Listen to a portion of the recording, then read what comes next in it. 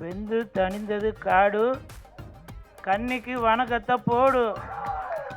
செந்தூர பூவே செந்தூர பூவே செல்லென்ற காற்றே, என் கண்ணி எங்கே என் கண்ணி எங்கே.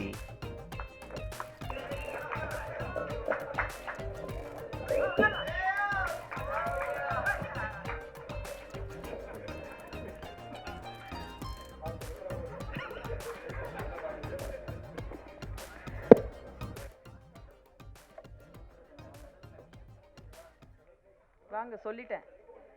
பாவாடையெல்லாம் பத்திரமா பார்த்து வாங்கன்னு சொல்லியிருக்கேன்.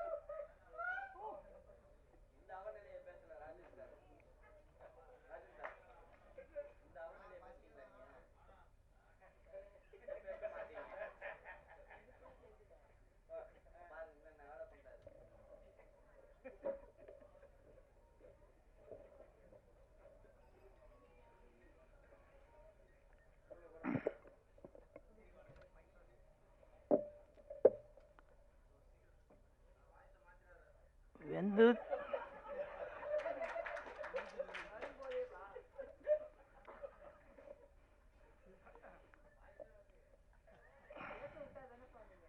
வெந்து தணிந்தது காடு, கன்னிக்கு வணக்கத்தை போடு.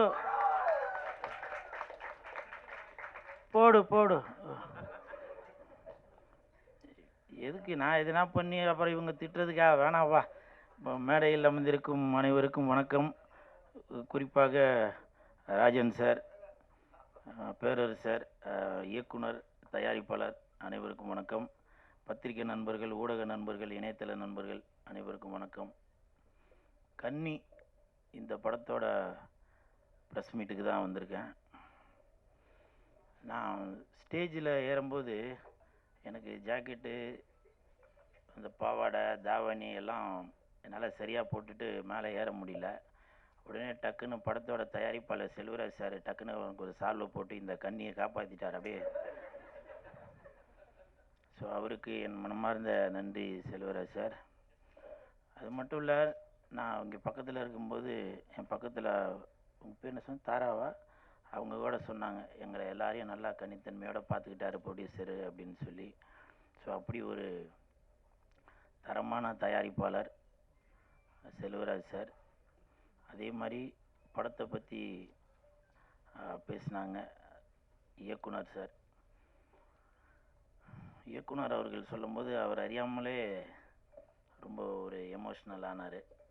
உங்களுக்கும் என் மனமார்ந்த வாழ்த்துக்கள், நன்றிகள் சார். ஏன்னா ஒரு ஒரு ஒரு படம் தயாரிக்கும் போது அதில் அவ்வளோ கஷ்டங்கள் இருக்கும். அதே மாதிரி இயக்குநர்களுக்கும் அவ்வளோ கஷ்டங்கள் இருக்கும்.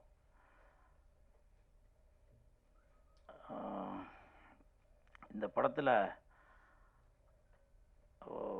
ஏதோ ஒரு 4 குத்துப்பாட்டு, ஒரு லவ் சீனு, ஒரு 2 ஃபைட்டு அப்படின்னு வச்சு பண்ணிட்டு போகாமல் ஒரு மக்களுக்கு ஒரு மெசேஜ் சொல்லணும். இன்றைக்கி வந்து இயற்கை அழிந்துட்டு வருது, சித்த வைத்தியம் அதெல்லாம் வந்து அழிந்துட்டு வருது, இங்கே கிடைக்கிற அந்த மூலிகை பொருள் எல்லாமே வெளிநாட்டுக்கு போயிடுது, வெளிநாட்டில் உள்ள இங்கிலீஷ் மருந்தெல்லாம் இங்கே வந்துடுது அப்படின்ற ஒரு ஆதங்கத்தை படத்தில் நல்லா சொல்லியிருக்காரு இயக்குனர், தயாரிப்பாளர் அவர்களுக்கு என் மனமார்ந்த நன்றி. செந்தூர பூவே செந்தூர பூவே சில்லென்ற காற்றே, என் கண்ணி எங்கே என் கண்ணி எங்கே. மறந்துட்டம்பா, நீ கொஞ்சம் பாராயோ செந்தூர பூவே. சில பேர் நினைப்பீங்க இவன் என்னடா ஏதோ ஒரு கோமாளித்தனமாக ஏதோ பண்ணிட்டு இருக்காருன்னு. நான் இந்த ட்ரெஸ்ஸு போடுறதெல்லாம் நான் ஒன்றும் விரும்பிலாம் ஒன்றும் போடலைங்க.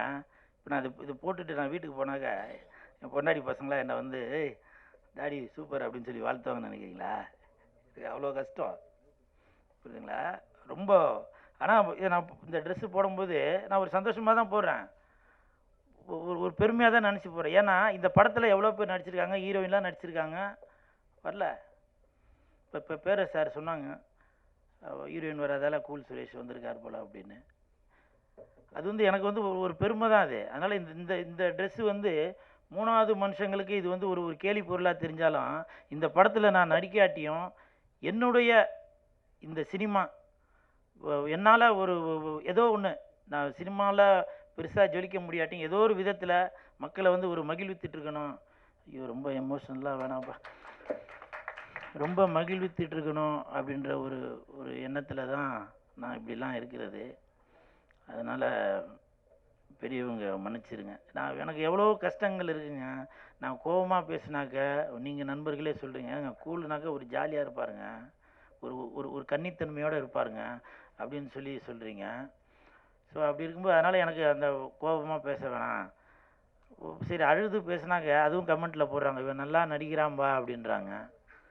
உங்களுக்கு தெரியுது, இயக்குநர்களுக்கு தெரியணும், தயாரிப்பாளர்களுக்கு தெரியணும் கூல் சுரேஷ் நல்லா நடிக்கிறாரு அப்படின்னு.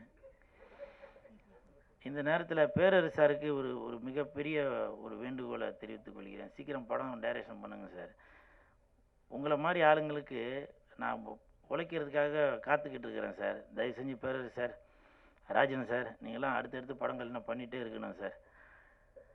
இதுதான் என்னுடைய வேண்டுகோள். இந்த இடத்துல ஏன் ஃபீலிங்காக ஏன் பேசிக்கிட்டு அப்புறம் என் கன்னித்தன்மை போயிடும். இந்த கன்னி டீமுக்கு என் மனமார்ந்த வாழ்த்துக்கள்.